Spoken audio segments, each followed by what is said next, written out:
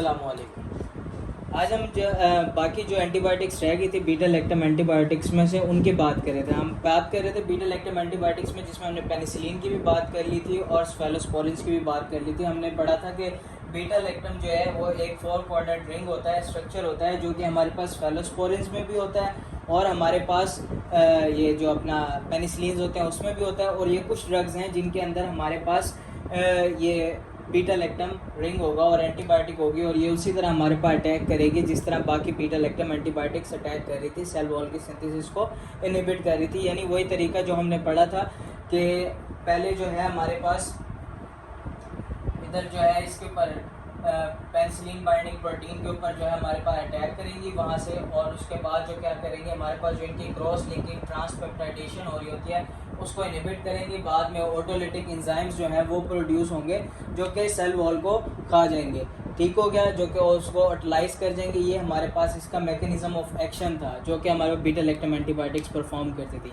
इसके बाद बात कर लेते हैं अब जो बाकी एंटीबायोटिक्स रह गई हैं उसमें हमारे पास आ जाते हैं एस्ट्रियोनम और कार्बोपिनम्स। एस्ट्रियोनम क्या होता है? एस्ट्रियोनम सबसे पहले जो हमारे पास ये जो बैक्टीरिया थे अपने आप को इवॉल्व करके उन्होंने बीटा लैक्टमेज एंजाइम बना लिया था, जिससे वो बीटा लैक्टम रिंग को तोड़ के पूरे बैक्टीरिया अपने पूरे एंटीबायोटिक के स्ट्रक्चर को ब्रेक डाउन कर देते थे। अब एस्ट्रियोनम वो एंटीबायोटिक है जो कि इस बीटा लैक्टमेज एंजाइम से रेजिस्टेंट है पड़ी, यानी इसको बीटा लैक्टमेज एंजाइम से कोई फ़र्क नहीं पड़ता। इसलिए ये जो है हम उन एक्टिविटीज़ में यूज़ कर सकते हैं जो हमारे पास ग्राम नेगेटिव रोड्स हैं, उनके अंदर इकोलाई और सूडोमोनास वगैरह हैं, इनके अगेंस्ट जो है हम इन एक्टिविटीज़ के अंदर यूज़ कर सकते हैं इसको, एस्ट्रियोनम को। इसके एडवर्स इफेक्ट्स की बात करें तो उसमें क्या आ जाता है? वर्टाइगो आ जाता है और हेडेक आ जाता है। ये हमारे पास एमसीक्यू में पूछ लेते हैं, अक्सर एडवर्स इफेक्ट्स पूछ लेंगे एस्ट्रियोनम के। ये वैसे इतने इम्पोर्टेंट टॉपिक नहीं है अगर हम बात करें एससीक्यू के लिहाज से, लेकिन इसके अंदर से एमसीक्यूज आ सकते हैं आपके बहुत सारे। जबकि हमने स्फेलोस्पोरिन्स की बात की थी उसमें हमने कहा था कि जो पेशेंट पेनिसिलिन से एलर्जिक होता है वो हमारे पास स्फेलोस्पोरिन्स उनको नहीं देना चाहिए, क्योंकि वो स्फेलोस्पोरिन्स से भी एलर्जिक होगा। और अगर हमें किसी भी लिहाज से अगर स्फेलोस्पोरिन्स देनी भी पड़ गई हैं तो हमें पहले उसको जो है टेस्ट डोज देनी चाहिए, ताकि हम देख लें आया कि वो स्फेलोस्पोरिन से एलर्जिक है या नहीं, उसके बाद अगर हम उसको स्फेलोस्पोरिन्स दें। वरना हमने कभी भी सेकेंड ड्रग ऑफ चॉइस में उसको यूज़ नहीं करना स्फेलोस्पोरिन्स को, अगर कोई पेशेंट एलर्जिक है पेनिसिलिन से।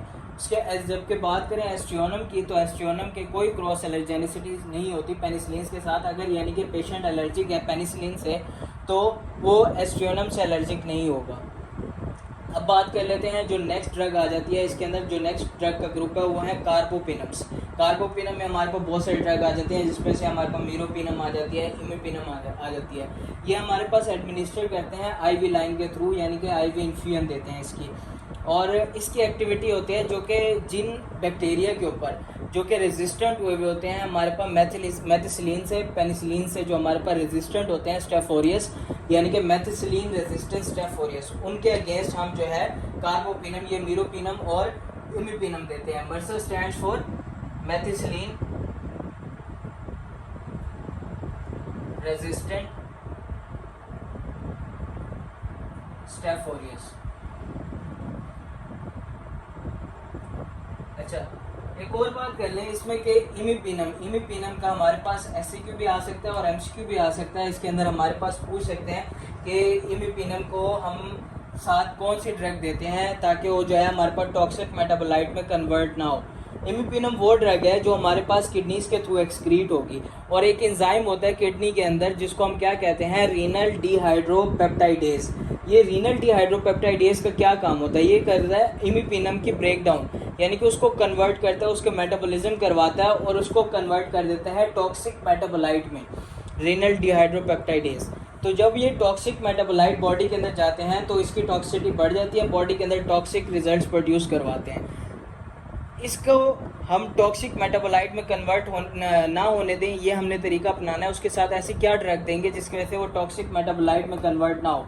असल काम कौन कर रहा है? ये एंजाइम है रीनल डिहाइड्रोपेप्टाइडेज। अगर हम इस एंजाइम को इनहिबिट कर दें, किडनी के इस एंजाइम को इनहिबिट कर दें, तो क्या होगा? ये हमारे पास टॉक्सिक मेटाबोलाइट नहीं बन पाएंगे, इमिपिनम जो है वैसे ही एक्सक्रीट हो जाएगी जब हमारे पास ये एंजाइम ही इनहिबिट हुआ होगा। उस एंजाइम को कौन इनहिबिट करता है? सिलोस्टैटिन। तो हम क्या करते हैं, इमिपेनम के साथ सिलिस्टैटिन देते हैं कम्बिनेशन में, ताकि हमारे पास ये एंजाइम इनहिबिट रहे और जो है इमिपेनम टॉक्सिक मेटाबोलाइट में कन्वर्ट ना हो और हमारे ब्लड में जो टॉक्सिक मेटाबोलाइट्स हैं वो इकट्ठे ना हो। और इस चीज़ के लिए हम इसको क्या देते हैं, सिलिस्टैटिन देते हैं। ये हमारे पास इसका इम्पॉर्टेंट एमसीक्यू भी आ सकता है, एससीक्यू भी आ सकता है, किसी भी लिहाज से आपने ये सिलिस्टैटिन का नाम याद रखना है। और रीनल डीहाइड्रोपेप्टाइडेज ये एंजाइम जो हमारे पास इसको कन्वर्ट कर रहा है टॉक्सिक मेटाबोलाइट में, और ये ड्रग है जो हमारे पास कन्वर्ट होती है। अगर हम इसके एडवर्स इफेक्ट्स की बात करें तो ये क्या करता है, ये हमारे पास ज़्यादातर इफेक्ट कर रहा होता है सीएनएस के अंदर, और पेशेंट को सीजर्स और इनकेफेलोपैथी करवा सकता है। तो सीजर्स और इनकेफेलोपैथी में हमारे पास क्या आ जाती हैं, कार्बोपेनम्स आ जाते हैं। आगे हम बात करेंगे बीटा लैक्टामेज इनहिबिटर्स। ये हमारे पास बीटा लैक्टम एंटीबायोटिक्स नहीं है, ये हमारे पास बीटा लैक्टामेज इनहिबिटर हैं, यानी कि वो एंजाइम जो बैक्टीरिया प्रोड्यूस कर रहा था ताकि वो एंटीबायोटिक के इफेक्ट को ख़त्म करे, उसका बीटा लैक्टम रिंग तोड़ दे। तो वो पेशेंट, वो जो हमारे पास जो बैक्टीरिया होंगे जिनके अंदर बीटा लैक्टामेज एंजाइम होगा और बीटा लैक्टम को तोड़े होंगे हमारे पास, यानी कि जो पेनिसिलिन हमने पढ़ी थी, ठीक है, कुछ होती हैं बीटा लैक्टामेज रेजिस्टेंट और कुछ होते हैं क्या होता है बीटा लैक्टामेज के ऊपर उनके ऊपर एक्ट कर सकता है। तो जिनके ऊपर बीटा लैक्टामेज एक्ट कर सकता है उनके साथ हम कुछ ड्रग्स देते हैं।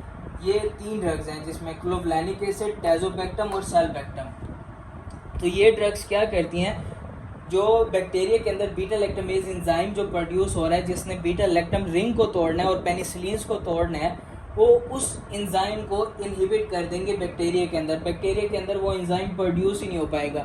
जब बैक्टीरिया के अंदर वो एंजाइम प्रोड्यूस नहीं हो पाएगा तो बाकी पेनिसिलिन्स जो इस एंजाइम से टूटनी थी वो अब टूट नहीं पाएंगे और वो अपना काम सही तरीके से कर देंगे और उस बैक्टीरिया को बैक्टीरियासिड इलेक्शन करवा सकेंगे अपना जाके। तो उनमें कौन कौन सी ड्रग्स आ जाती है, उसमें 3 आ जाते हैं, क्लोवलैनिक एसिड, टैजोबैक्टम और सेल्बैक्टम। तो अगर हम बात करें जो कॉमन यूज़ में हम यूज़ करते हैं, ऑगमेंटिन जो हमारे पास टैबलेट आती है, ऑगमेंटिन जो हम यूज़ करते हैं उसके अंदर हमारे पास क्या होता है, उसके अंदर हमारे पास जो होता है अमोक्सिसिलिन होती है। अमोक्सिसिलिन इज पेनिसिलिन, यानी कि ये हमारे पास एक पेनिसिलिन है, साथ उसके होता है क्लोवलैनिक एसिड। क्योंकि बैक्टीरिया ने अपनी रेजिस्टेंस प्रोड्यूस करने के लिए बीटा लैक्टामेज एंजाइम बनाना शुरू कर दिया। ये क्या करेगा, क्लोवलैनिक एसिड जाके बीटा लैक्टामेज एंजाइम को इनहिबिट कर देगा, ये प्रोड्यूस नहीं हो पाएगा। अमोक्सिसिलिन जाके अपना काम करेगा, वहाँ पे उस बैक्टीरिया को ख़त्म करेगा और बैक्टीरियासिड इलेक्शन होगा। ये हमारे पास जो बीटा लैक्टम एंटीबायोटिक्स रह गई थी वो और बीटा लैक्टामेज इनहिबिटर्स ये हमने पढ़ लिया है। इसके बाद कुछ जो है हमारे पास सेल वॉल सिंथेसिस इनहिबिटर्स रहती हैं जो कि बीटा लैक्टम नहीं है लेकिन वो सेल वॉल सिंथेसिस को इनहिबिट करती हैं ड्रग्स, वो हम पढ़ेंगे। अभी तक के लिए इस वीडियो के लिए इतना ही, नेक्स्ट जो है हम अगली वीडियो में पढ़ेंगे। कुछ ना समझ आया तो कमेंट्स में पूछ लीजिएगा। थैंक यू, अल्लाह हाफ़िज़।